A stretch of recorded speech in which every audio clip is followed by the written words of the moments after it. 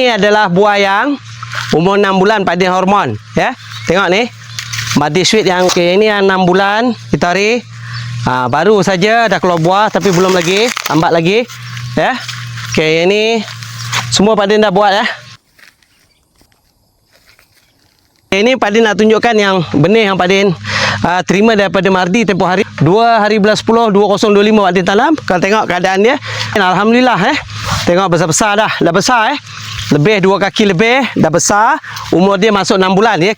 Kalau ikutkan dalam bulan ni Pak Din akan cuba hormon pokok nenas ni, sebab apa Pak Din nak dapatkan benih yang cepat. Jadi bermakna akhir bulan 8 insya-Allah kita akan cuba tuai buah lah, Jadi pokok-pokoknya yang ini dalam polybag sebelah sana pun ada, Jadi ini sebahagian ada campur Pak Din punya benih, alhamdulillah cantik, Tengok besar-besar, Di batas pun ada, ya. Mari kita tengok.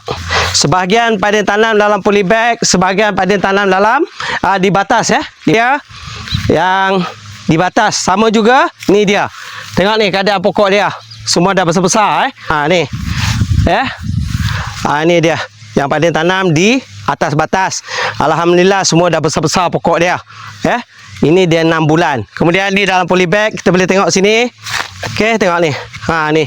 Ni semua yang dalam polybag alhamdulillah dah besar-besar dan menunggu untuk Pak Din hormon, Pak Din hormon dia Pak Din akan buat dalam umur yang 6 bulan, yang mana besar-besar Pak Din hormon awal lah, Tapi untuk MS16 apa yang Pak Din perhati, umur 10 bulan adalah yang paling terbaik, paling cantik untuk kita hormon, Jadi 6 bulan Pak Din dah ada keluar hasil juga, untuk apa yang Pak Din percubaan untuk 6 bulan. Cuma kemungkinan buah dia tak berapa besar, mungkin dalam 1,5 kilo, 1,5 kilo ke 1 kilo macam itu kalau dalam polybag dan juga dalam pasu ke